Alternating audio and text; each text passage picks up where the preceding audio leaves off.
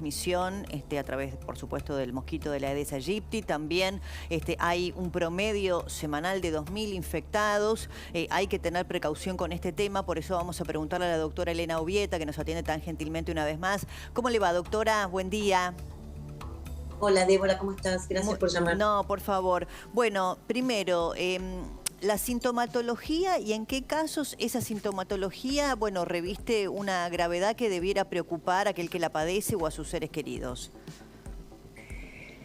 En primer lugar, recordar que la enfermedad del dengue no tiene transmisión interhumana, sino solamente a través del mosquito vector.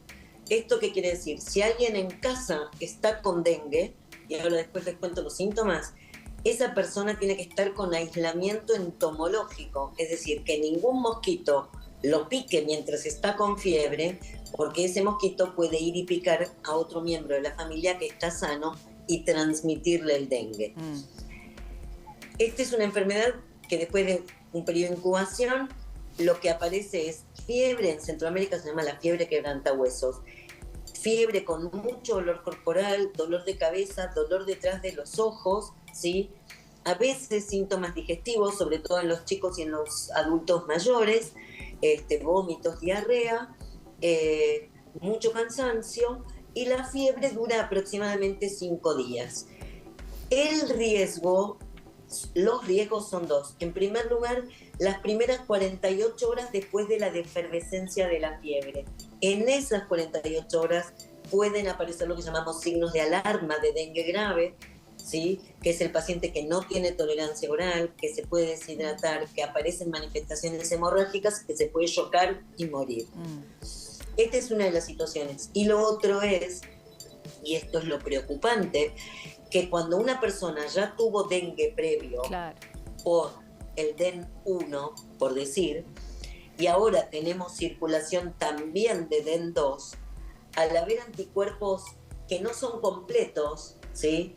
Si me vuelvo a pescar DEN 1 y yo ya tuve DEN 1, es como si estuviera vacunado, no pasa nada.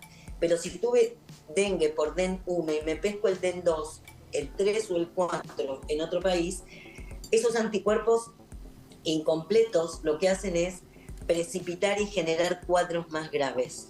Claro, ahora doctora, previendo esto, ¿no? Primero, ¿cómo nos cuidamos del dengue? Me parece que las recomendaciones están muy extendidas, pero no está de más que las recuerde. Y por otro lado, veo que uno tiende a automedicarse cuando se siente mal, a confundir síntomas, a pensar, bueno, será una gripe, será un resfrío, y ahí aparece la aspirina, por ejemplo. No, jamás.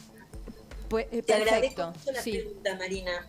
Te agradezco mucho la pregunta. En primer lugar, todo paciente que tenga fiebre, recordar que el dengue, el zika, la chikungunya y la fiebre amarilla son todas enfermedades transmitidas por este mosquito. No tienen cuadro respiratorio, ¿sí? Si una persona está con fiebre y un cuadro respiratorio, moco, dolor de garganta, tos, no es una de estas arbovirosis.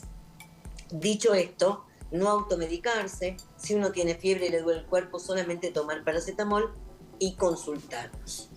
Respecto de las medidas de prevención, el COVID nos arrasó y nos pasó por encima, y así estamos con diabéticos sin control, hipertensos, etcétera. Perdón. Está bien, recuperate mientras tanto, así, ¿estás bien? Sí, ya estoy. Bueno, ya estoy. estás hablando del COVID y yo quería agregar el tema que nos pasó por encima y no tuvimos la persistencia en las medidas de prevención para erradicar los criaderos de mosquitos, porque cuando vamos a fumigar solamente matamos a los adultos, pero las larvas, los huevitos, pueden persistir durante un año, y entonces cuando vuelve el calor se deseca el agua, se evapora el agua en esa línea, en esa interfaz, ahí el huevito crece, se hace adulto, ¿sí? Y puede luego transmitir la enfermedad, porque la mamá mosquita infectada con dengue se lo transmite a los huevos. Ok, te quiero hacer una última pregunta por mi parte. El alto nivel de mortalidad que tiene esto, porque he leído cifras ayer alarmantes. Digo, no para que entremos en pánico, pero ¿me ratificás esas cifras, por favor?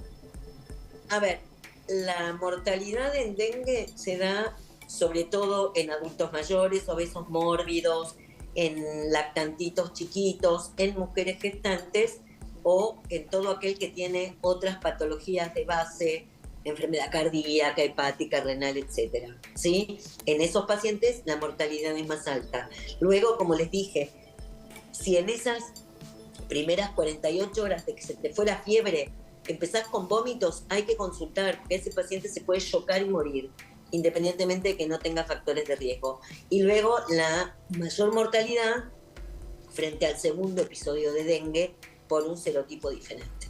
Doctora, gracias. Pronto tendremos Sí. vacuna, pronto tendremos vacuna. Y supongo que lo otro que es una obviedad, el repelente, ¿no?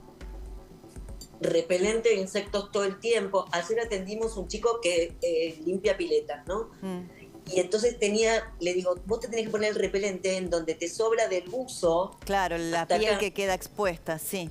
lo que queda expuesto y donde terminaba el pantalón y la media, digamos, en ese pedacito, ¿sí? Sí. Usar repelente, espirales, pastillas termofusibles, cerrar bien los mosquiteros, todo eso Igual a veces colabora. pican a través del jean también, doctora, la verdad. A mí me Sí, pican eso es siempre. verdad, pero la mayoría de los mosquitos que nos pican, afortunadamente, son culex, no son Claro, no son el Aedes aegypti. Aedes. Doctora Obieta, gracias como siempre. Ha sido muy amable, un gusto escucharla. Que tengan buen día. Chau, chau. Igualmente, chao. Brevísima pausa.